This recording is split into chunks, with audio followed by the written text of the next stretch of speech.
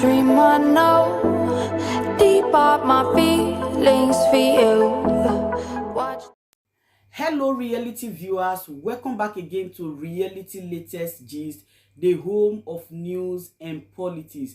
For this channel, we dey drop news every day and we dey react to every videos wey comes our way. And na reality news now we dey drop for this channel, and we dey also dey talk am as e be. If today na the first time we say you dey come across this channel, you are highly welcome. Thank you so much for stopping by. And if you are returning subscribers, I appreciate all of una for una massive support to this channel. I say may God bless all of una in Jesus name, amen. I get video wey I want present to una this very moment, and I go dey follow una dey watch the video. After we don watch am together, make we drop our opinion constructively for the comment section. Like our videos and also share our videos if possible. Bye for now. Rising from the Emergency General Assembly meeting held at the National Secretariat Abuja on Friday, 31st March 2023, the following communique was arrived at. Conscious of the need for reconciliation, healing, political stability, national unity, peace, cohesion, and desire to preserve our hard-earned democracy after the contentious 2023 general election, the Inter-Party Advisory Council (IPAC) condemns in strong terms the call and plot to install an interim government in Nigeria. It is a civilian coup, treason, absolutely unconstitutional, undemocratic, and unacceptable. IPAC rejects any attempt to scuttle, subvert, and truncate the nation's emerging democracy by reactionary and retrogressive forces. It is in an attempt to overheat the polity, cause confusion, political upheavals, impasse, and quagmire, as was the case in the infamous annulment of the June 12, 1993 presidential election that necessitated the hasty set-off of an interim government by General Ibrahim Babangida, which was headed by Chief Ernest Shonaka in August 1993. It will be recalled that the court later declared illegal and was overthrown by General Sani Abacha in November same year. Council notes the statement by the Department of State Service, DSS, that it has uncovered a plot by some persons to violently disrupt the nation's peace and install an interim government. Council demands that the country's intelligence service should name the plotters, arrest, and prosecute them in accordance with the law of the land to serve as a deterrent to others who would resort to self-help to achieve their selfish political ambitions. Council has repeatedly urged all aggrieved political parties, their candidates, and supporters to eschew violence in all its ramifications and seek redress in courts for perceived infractions and irregularities in the conduct of the 2023 general election. Council further urged the judiciary to dispense justice without fear or favor, as the temple of justice and last hope of all aggrieved persons. All eyes are on the judiciary to justify the confidence the people reposed in it by upholding the rule of law. That is the only way to assuage the anger in the land and maintain the sanctity of the ballot box.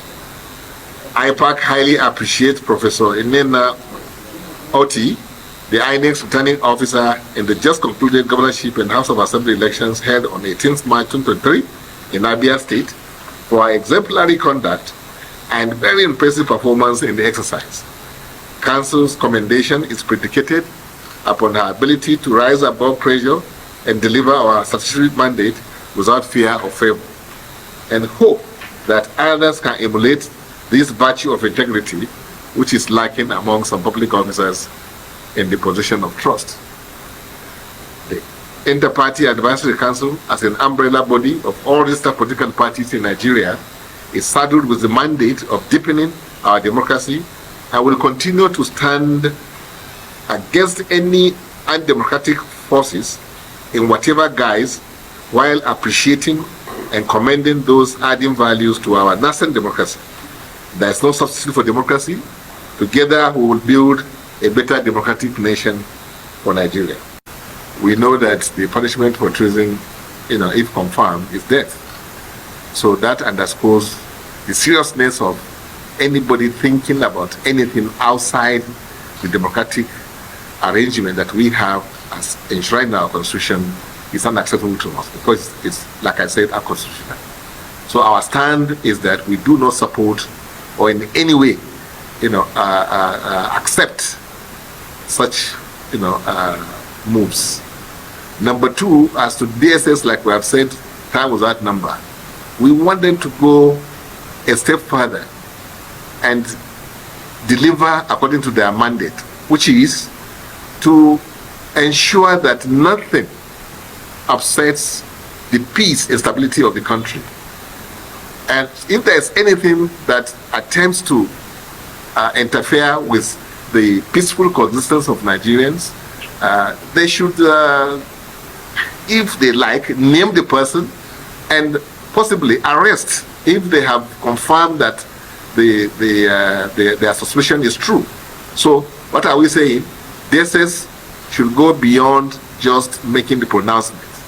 They should also go further by taking action, which may include taking the person into custody. Well, as spelled out in the Electoral Act, INEC has the right to review. They had that right within 6 days. They can do that. 7 days rather, of the elections. They could review what has happened, and even after that, when, the cases are now before the courts. What we expect INEC to do is to be honest, to come out, and then state the facts as they are, and allow parties to have access to the materials that they need to prove their case at the tribunal. That's all that INEC has to do now, is to cooperate and ensure that they do not withhold any information or give any wrong information to the courts. Because unfortunately, anybody taking the matter to court is like you are really fighting INEC, in the courts, because INEC is always also a respondent, in this case. So I know going forward, perhaps we may have to look at the law itself, where INEC just will be a witness, just to provide information. But now, unfortunately, INEC has to defend whatever they have done. But I'm asking them to have fear of God and have interests of this country at heart and present the facts as they are, so that the judges will now be able to adjudicate, on the basis of the rule of law. Well, you are right. We are going to have a meeting with DSS and other security agencies, actually, so that we can know firsthand what actually happened, where is this threat coming from, and what actions have they taken so far, beyond just telling the public that this is what is happening. So we are going to have that meeting, definitely, with DSS.